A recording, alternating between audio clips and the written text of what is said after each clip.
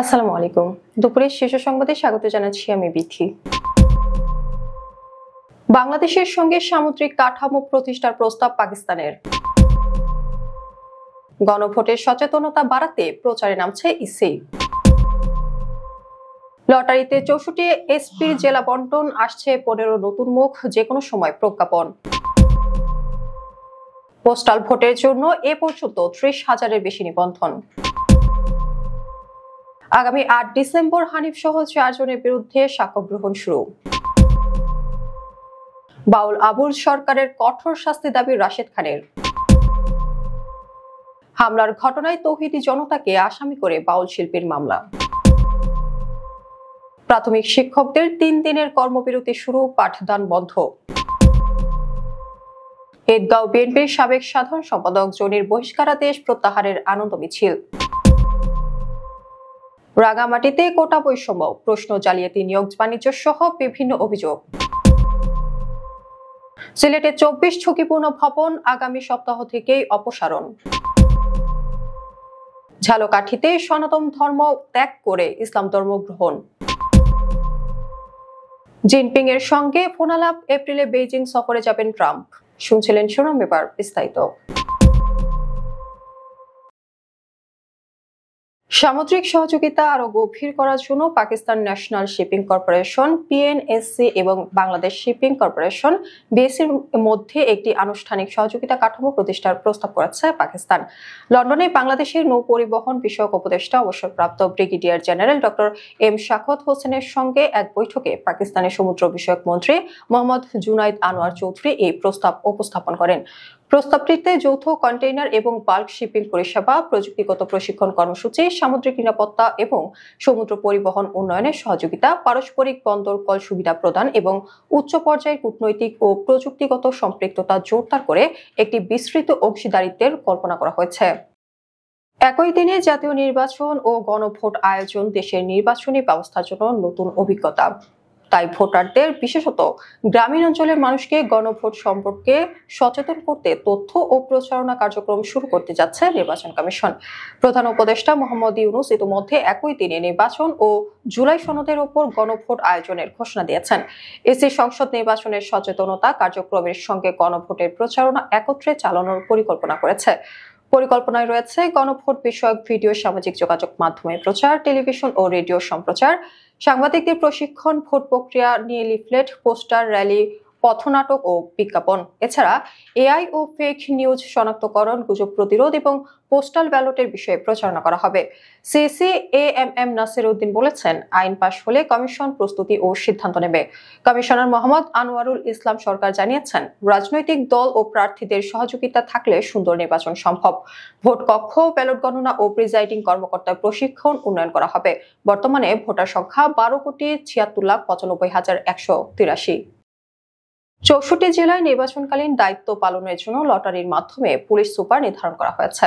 বর্তমান দায়িত্বে থাকা 64 এসপির মধ্যে 15 জনকে সরিয়ে নতুন 15 জনকে নিয়োগ দেওয়া হবে। বাকি 49 জনকে অন্য জেলায় বদলি করা হবে। এজন্য সোমবার প্রধান উপদেষ্টার উপস্থিতিতে লটারির আয়োজন করা হয়। গত শনিবার স্বরাষ্ট্র মন্ত্রণালয়ে গুরুত্বপূর্ণ বৈঠকে এ বিষয়টি আলোচনা হয়। আইন শৃঙ্খলা বিষয়ক কমিটি, যার সভাপতিত্ব করেন স্বরাষ্ট্র উপদেষ্টা জাহাঙ্গীর আলম চৌধুরী, জেলা পুলিশ এসপি, ডিআইজি ও অন্যান্য পদে নিয়োগ ও বদলির তদারকি করে। প্রধান উপদেষ্টার কার্যালয় লটারির মাধ্যমে নির্ধারিত হয় কে কোন জেলার এসপি হবেন। এই এসপিরা ত্রয়োদশ জাতীয় সংসদ নির্বাচনে দায়িত্ব পালন করবেন। আগামী জাতীয় সংসদ নির্বাচনে বিভিন্ন দেশ থেকে ভোট দেওয়ার জন্য পোস্টাল ভোট ভিটি অ্যাপে 30,000-এর বেশি প্রবাসী নিবন্ধন করেছেন। নির্দিষ্ট সময়ে নিবন্ধন প্রক্রিয়া শেষ হলে সংশ্লিষ্ট প্রবাসীদের ঠিকানায় ব্যালট পেপার পাঠানো হবে। মঙ্গলবার বেলা 11টা 40 পর্যন্ত নির্বাচন কমিশনের ওয়েবসাইটে দেয়া তথ্য অনুযায়ী 30,378 জন নিবন্ধন করেছেন। তথ্য অনুযায়ী এর মধ্যে অনুমোদিত হয়েছে 30,216টি আবেদন। অনুমোদনের অপেক্ষায় রয়েছেন 162 জন।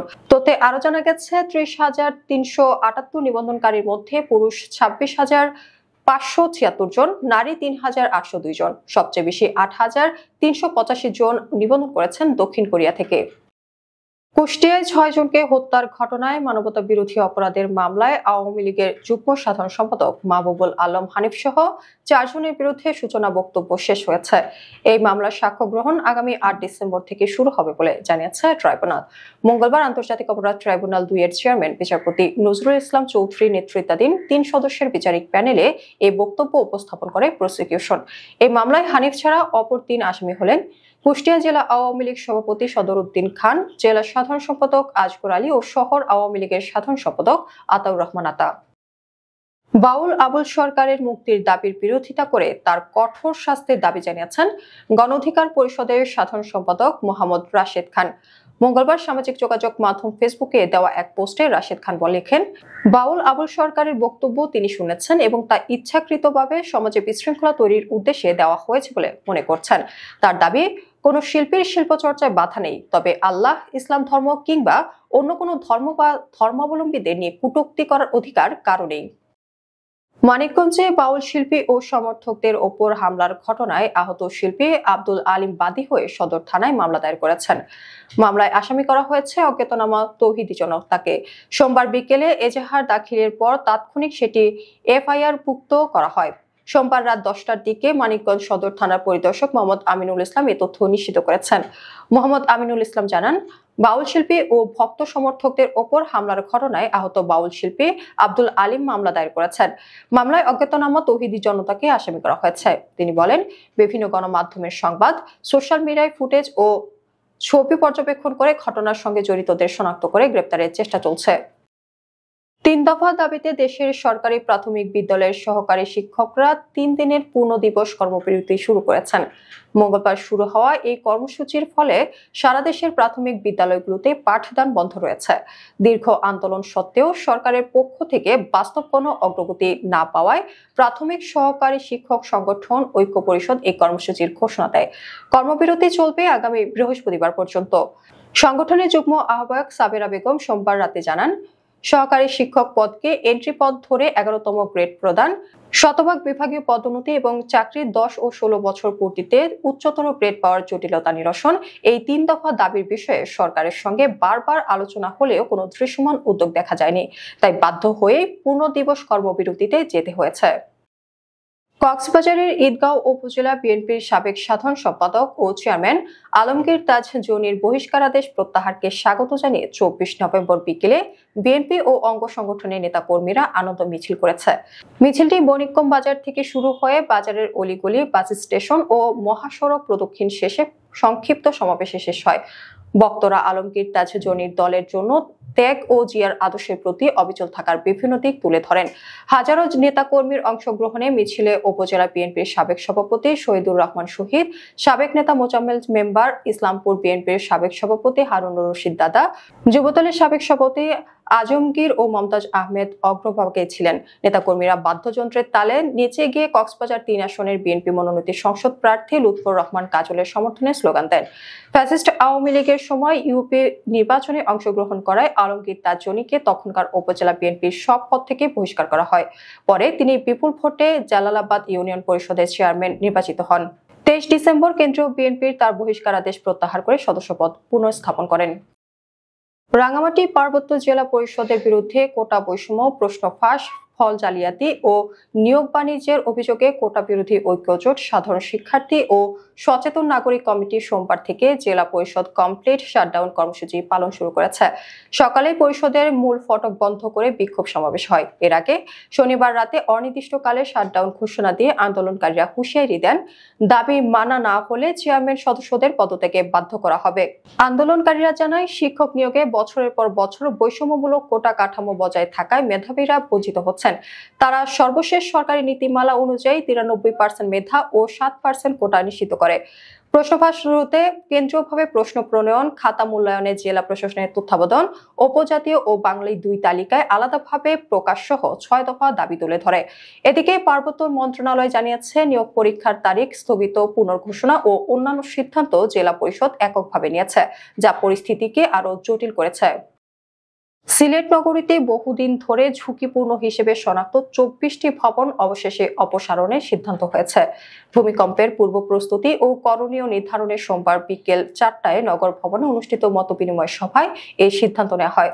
তালিকাভুক্ত ভবনের মধ্যে রয়েছে Surma market, city super market, Madhuban market, Ajmer hotel, Mitali mansion সহ 24টি। শাহজালাল বিশ্ববিদ্যালয়ের অধ্যাপক ডক্টর জহির বিন আলম জানান, তারা নিজেদের উদ্যোগে 6,000 ভবন জরিপ করে 24টি ঝুঁকিপূর্ণ চিহ্নিত করেছেন। 2019 সালের ভূমিকম্পের পর বিশেষজ্ঞরা এগুলো ভাঙার নির্দেশ দিয়েছিল, কিন্তু সিসিক দীর্ঘদিন কোনো ব্যবস্থা নেয়নি। জেলা প্রশাসক মোহাম্মদ সারোয়ার আলম বলেন, ঝুঁকিপূর্ণ ভবনগুলোতে এখনো বসবাস ও ব্যবসা চলছে, যা দুর্ঘটনার ঝুঁকি তৈরি করছে। জরুরি ভিত্তিতে অপসারণ কার্যক্রম আগামী সপ্তাহ থেকেই শুরু হবে। ঝালকাঠি সদর উপজেলার বীরকাঠি এলাকার স্বপন মণ্ডলের ছেলে শিপন মণ্ডল ইসলাম ধর্ম গ্রহণ করে আলামিন নাম রেখেছেন। এ বিষয়ে তিনি ঝালকাঠি জেলার নোটারি পাবলিকের মাধ্যমে এফিডেভিট নামা সম্পন্ন করেছেন। এফিডেভিটে উল্লেখ করা হয়, 23 এপ্রিল 2004 সালে জন্ম নেওয়া স্বপন মণ্ডলের ছেলে শিপন মণ্ডল ধর্ম ছিল সনাতন। তিনি স্বেচ্ছায় ও প্রাপ্তবয়স্ক অবস্থায় সনাতন ধর্ম ত্যাগ করে ইসলাম ধর্ম গ্রহণ করেছেন। পরবর্তীতে নিজের নতুন নাম হিসেবে আলামিন গ্রহণ করেন। নোটারি পাবলিকের মাধ্যমে শপথনামা গ্রহণ শেষে বিষয়টি আনুষ্ঠানিকভাবে নিশ্চিত করা হয়। ইসলাম ধর্ম গ্রহণের সিদ্ধান্তটি সম্পূর্ণ ব্যক্তিগত ও স্বেচ্ছায় নেওয়া হয়েছে বলে এফিডেভিটে উল্লেখ করা হয়। স্থানীয়ভাবে এই ঘটনাটি ইতোমধ্যে আলোচনার সৃষ্টি করেছে। মার্কিন প্রেসিডেন্ট ডোনাল্ড ট্রাম্প চীনা প্রেসিডেন্ট শি জিনপিং এর সঙ্গে ফোন আলাপ করেছেন। এরপরে আগামী বছরের এপ্রিল মাসে বেইজিং সফরে যেতে সম্মত হয়েছেন ট্রাম্প। ফোন আলাপে শি জিনপিংকেও আগামী বছর যুক্তরাষ্ট্রের রাষ্ট্রীয় সফরের আমন্ত্রণ জানিয়েছেন ট্রাম্প। এছাড়া বাণিজ্য থেকে শুরু করে ইউক্রেন যুদ্ধ ও তাইওয়ান সহ বহু গুরুত্বপূর্ণ ইস্যু নিয়ে আলোচনা হয়েছে দুই নেতার মধ্যে, খবর বিবিসি।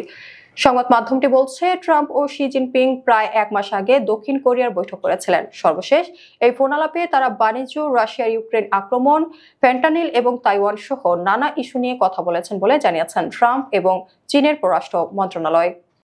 আমাদের পরবর্তী রাতের সংবাদ দেখার আমন্ত্রণ জানিয়ে এখনকার মতো বিদায় নিচ্ছি। দর্শক, ভিডিওটি শেষ পর্যন্ত দেখার জন্য আপনাকে অসংখ্য ধন্যবাদ। নিত্য নতুন সংবাদ পেতে আমাদের ইউটিউব চ্যানেল সাবস্ক্রাইব করুন ও নিয়মিত নোটিফিকেশন পেতে বেল বাটনে ক্লিক করুন এবং আমাদের ফেসবুক পেজটি লাইক করুন। এছাড়াও আমাদের ভিডিওতে লাইক দিয়ে শেয়ার করুন। আল্লাহ হাফেজ।